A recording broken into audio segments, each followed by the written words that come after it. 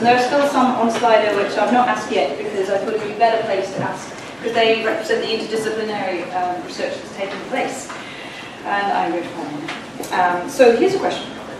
Was geomorphological impacts looked at as well? For example, changes in sediment loading due to lower flows. And I would like the researchers who've been participating, so Paul and Ian, in looking at future land use change and the resulting change in water quality. If you could just touch on that work that you've been doing, please. If I start on the land use change, so one of the things that we've done is looking at how UK land use might change in response to changes in long-term temperature and precipitation, as the relative profitability of UK agriculture in the context of European food production systems change, and providing those land use change maps which indicate the changing spatial patterns of arable rain-fed agriculture and its constituent crops, and dairying and grassland systems, to the water quality model of Paul, who is not here. I was hiding over there. So his model, the erosion, sediment transport, the water quality, the nutrients, nitrogen and phosphorus, are all driven by the land use in the models. So as we've changed the land use, that will have changed the erosion and the suspended sediment fluxes simulated in his model. Thank you for... And there is a paper that's published, I think, in Science of the Total Environment describing that work. Thank you. You reminded me to say that all the papers and reports and references you've heard about, they are listed on the Marius website, probably included in the delegate pack as well, but I'll follow up with comments. And yes, all slides will be made available after the event. Do we have any questions from the floor?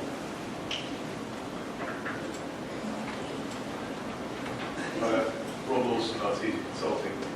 Trevor started off with a very high-level view of how important drought was, as a country looks at the economic impacts. Do the researchers see that the findings will actually have any influence on policy, institutional organisations, public engagement in the real world? What are the next steps for the reality about how we talk about drought and deal with drought as a country? Yes, very good point. So all this work's been done, but will it really have an impact unless it's picked up by regulators, policymakers and practitioners? Jim would like to start. Yeah, sure. As both Trevor said out at the start, and I also alluded to in my introduction, the policy landscape is changing anyway. So there's a whole bunch of things going on with respect to water and the way in which water is managed. And that change is going to continue, in particular in relation to Brexit. And so I don't think we need to kind of worry that water is not on the policy agenda. The next question, however, is what might policymakers do about it in these deliberations? And I think that's where the evidence base which Marius has put together has the potential to make a difference, because what we've been trying to do, and as you've seen this morning, is understand the scale of the issue under different scenarios for different parts of the economy and society and the environment, and then begin to explore the trade-offs associated with doing something about it. And so I think that's where the results from Marius come into the policy process. Thank you, Pam. Would you like to comment? Yes, and I don't know if you're going to allow this, but I'd like to turn that question round and put it back to the floor. You've heard what we've said. What difference is it going to make to you, or are there particular things that you would like that we could perhaps do, in the future? To make I like that. Yeah. Make the audience work a bit more. Continue to comment on that with regard to governance. I guess we're going to hear more from James' overview. really will endow project, which is particularly dedicated to thinking about transferring knowledge generated from the projects to world policy as well. There are also sort of specific examples on particular initiatives that have been funded. Lula mentioned as well the work on secondary water markets, for example. There are corporations ongoing, for example, with the Rivers Trust, which picks up on the idea of thinking about drought management as part of wider water resource management. And one of the examples there as well that has been funded is the production of guidelines and how a catchment-based management approach towards water management throughout in future can play a greater role. And there's one very good example, other examples, and you'll hear more as well about the strategic overview. Thank you. Phil, did you have a question? Yeah, I just wanted to respond to that invitation for the audience to participate. I think, I mean, I come at this working on some particular issues, working with particular abstraction issues or discharge issues and so on. And so I guess the filter that I've got, which I'm sure a number of people will share, is, well, how is this relevant to, at the scale of whether it's a farmer or a particular power station or a particular abstraction or discharge.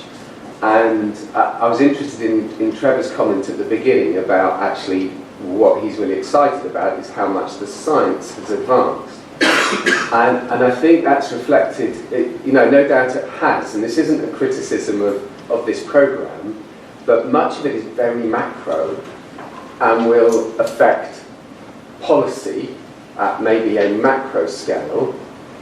But the comment that was made very early on about the FE and it being a number, I think I'm not sure that much of this has the capacity to change that kind of sense that we're just dealing sometimes when it comes to the local scale in numbers. It may just even feed more hypothetical numbers into, in effect we can very easily inhabit the world of the manufactured data without actually having anything on the ground that tells us about even what's happening now. So in relation to particular abstractions or discharges and so on, our knowledge is still very limited.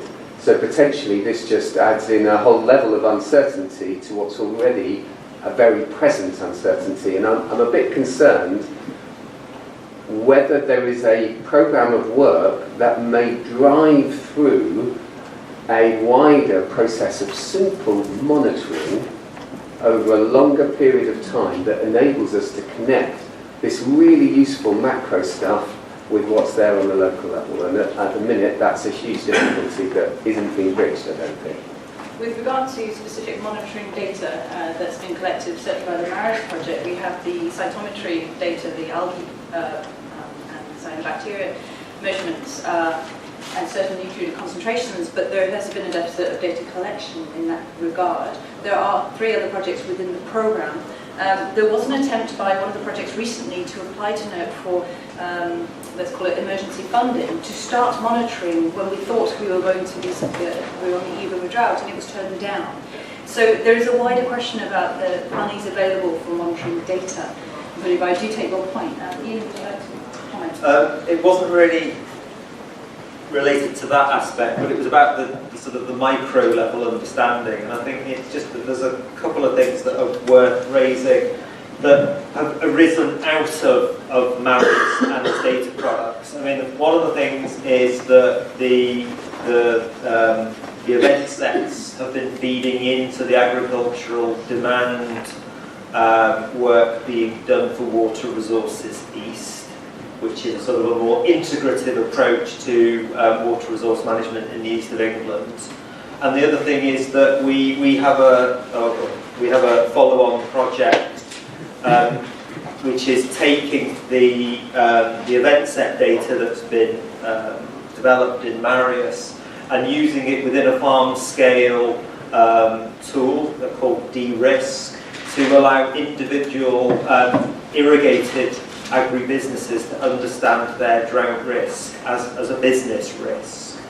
and that's being applied currently by a number of large agricultural irrigators and also amenity irrigators as well. So there has been additional work coming out of this, which is supporting individual businesses, and will be a freely available tool.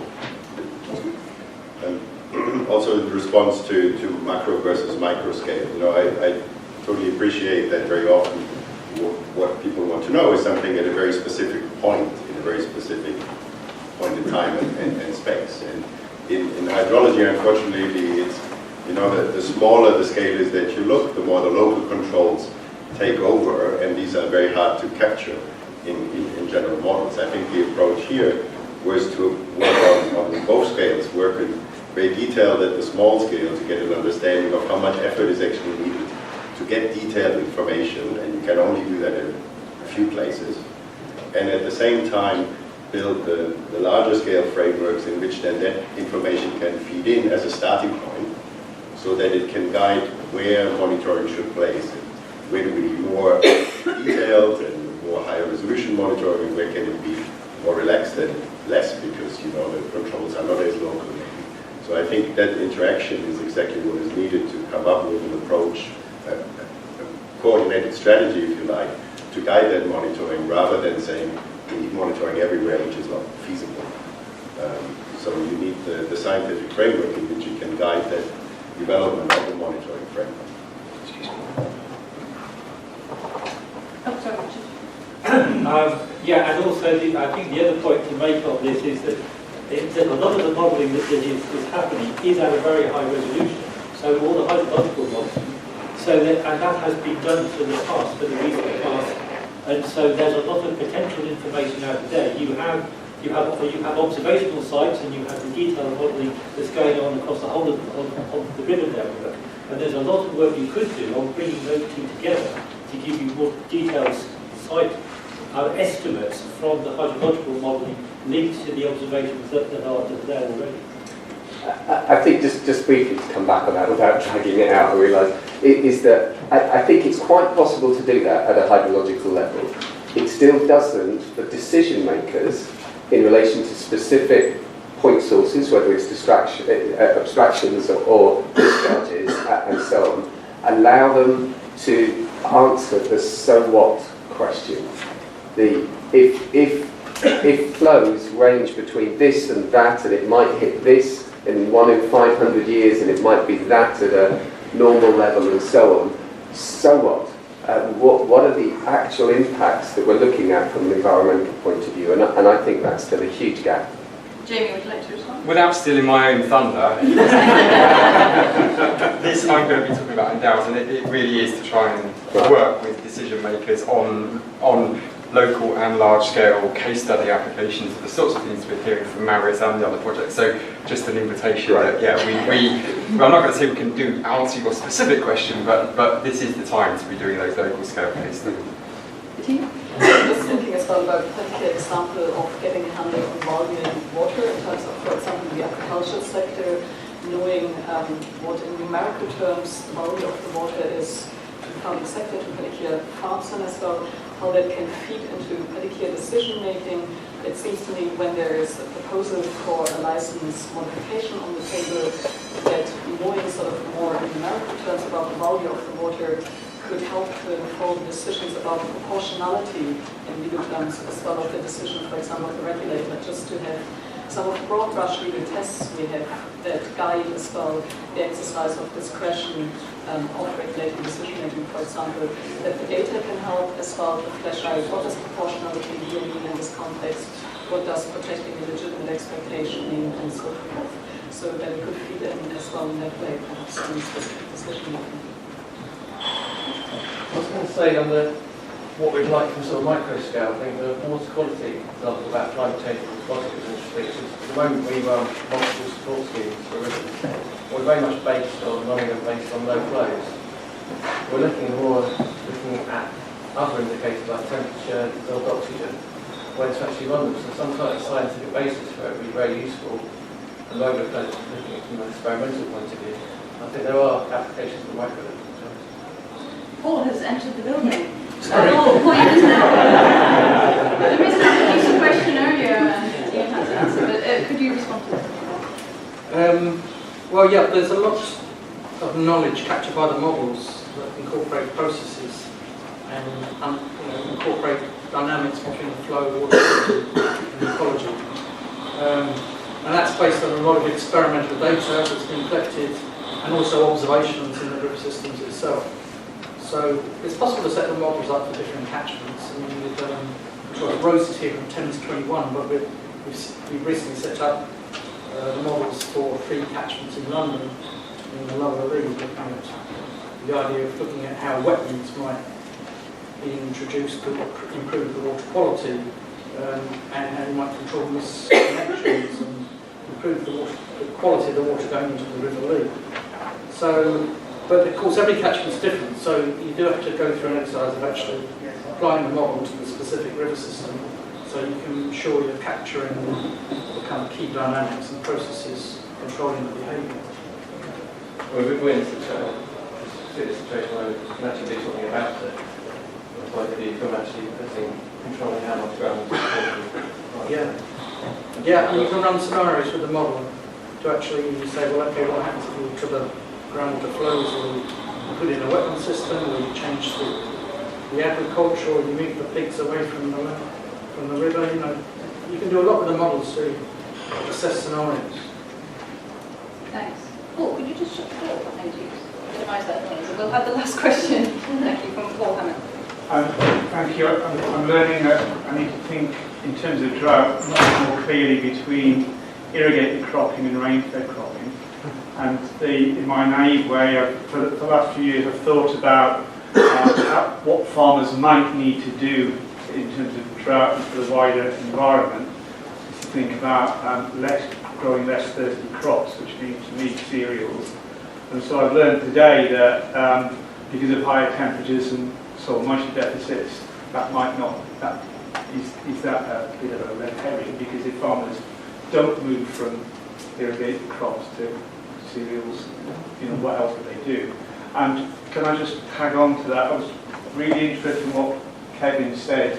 It's one of the slides that really flashed by. You seem to have a sort of set of tools for agriculture, and only one of them, catchment management, was sort of ticked. Drought insurance and that sort of thing was not.